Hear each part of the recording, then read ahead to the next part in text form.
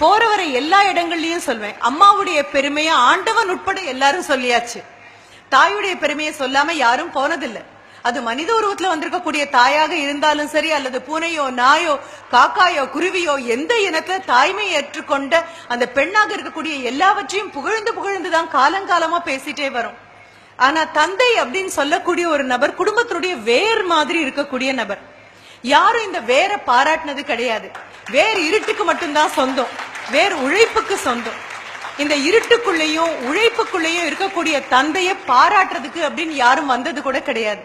நீங்க மரம் பச்சையா இருக்குன்னு சொல்லுவீங்க, ஆஹா கிளை எவ்வளவு ஆரோக்கியமா இருக்குன்னு சொல்லுவீங்க, இலைகள் எவ்வளவு பசுமையா இருக்குன்னு சொல்லுவீங்க, பூ எவ்வளவு அழகா இருக்கு, மொட்டை எவ்வளவு அழகா இருக்கு, காய் எவ்வளவு ஆரோக்கியமா இருக்கு, கனி எவ்வளவு சுவையா இருக்கு அப்படின்னு கை கொட்டி நாம அத்தனை பேரும் பாராட்டுவோம். பக்கத்துல நின்று புகைப்படம் கூட ஏத்துக்குவோம். ஆனா எதை மறந்து போயிடுவோம் தெரியுமா?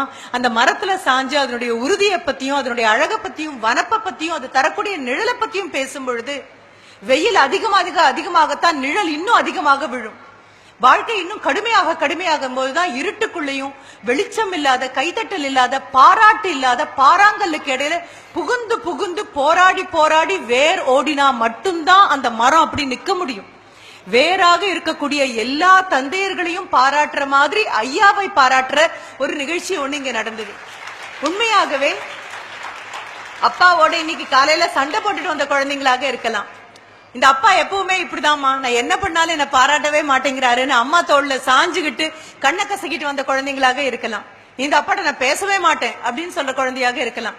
இரவு நேரத்துல காலையில கடிந்து கொண்டு போன அப்பா மாலையில் பொழுது சாஞ்சாச்சு, நாம தூங்கிட்டோம், தூங்காம தூங்குற மாதிரி நடிச்சிட்டு இருக்கும் போது என்ன பண்ணா, சாப்பிட்டானா அப்படின்னு அம்மாட்ட வந்து கேட்கும் போது உங்களை பத்தி ரொம்ப கோபமா திரும்பி படுத்துட்டு இருக்கான்.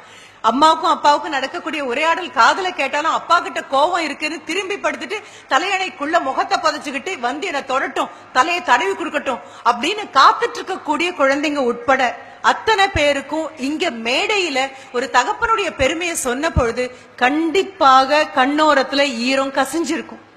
என்ன காரணம் அப்படின்னா, கொண்டாடப்படாம நீங்களும் நானும் கொண்டாடணும்னு காத்து நிக்காம அம்மா மாதிரி என்னுடைய குழந்தைன்னு 10 மாசம் சுமந்து பெற்ற கணக்கு மீண்டும் மீண்டும் சொல்லாம தோள்லையும் மனதிலையும் கனவுலையும் தூக்கி நடக்கக்கூடிய இறைவனின் ஒரு உருவம் ஒண்ணு இருக்கும் அப்படின்னு சொன்னா எல்லார் வீட்லயும் உலவிட்டு இருக்கக்கூடிய நெடும் தூணாக அஸ்திவாகமாற இருக்கக்கூடிய தந்தை தான்.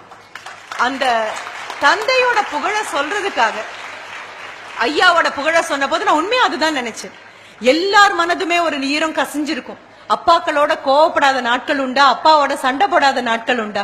ஆனாலும் அம்மா எத்தனைதான் தோல்ல சாச்சுக்கிட்டாலும், அம்மா எத்தனைதான் இடுப்புற தூக்கி வச்சுக்கிட்டாலும், அம்மா எத்தனைதான் பார்த்து உணவு கொடுத்தாலும் தாண்டி போகும்போது அப்பா செல்லமா ஒரு தோல்ல ஒரு தட்டு தட்டினாரு அப்படின்னா ஒரு மாசத்துக்கு தாங்கும் அந்த அன்பு. ஆஹா எங்க அப்பா என்ன இன்னைக்கு தட்டியாச்சு, அப்பா என்ன தொட்டாச்சு, அப்பா என்ன பார்த்தாச்சு, அப்பா என்ன பேசியாச்சு அப்படின்னு.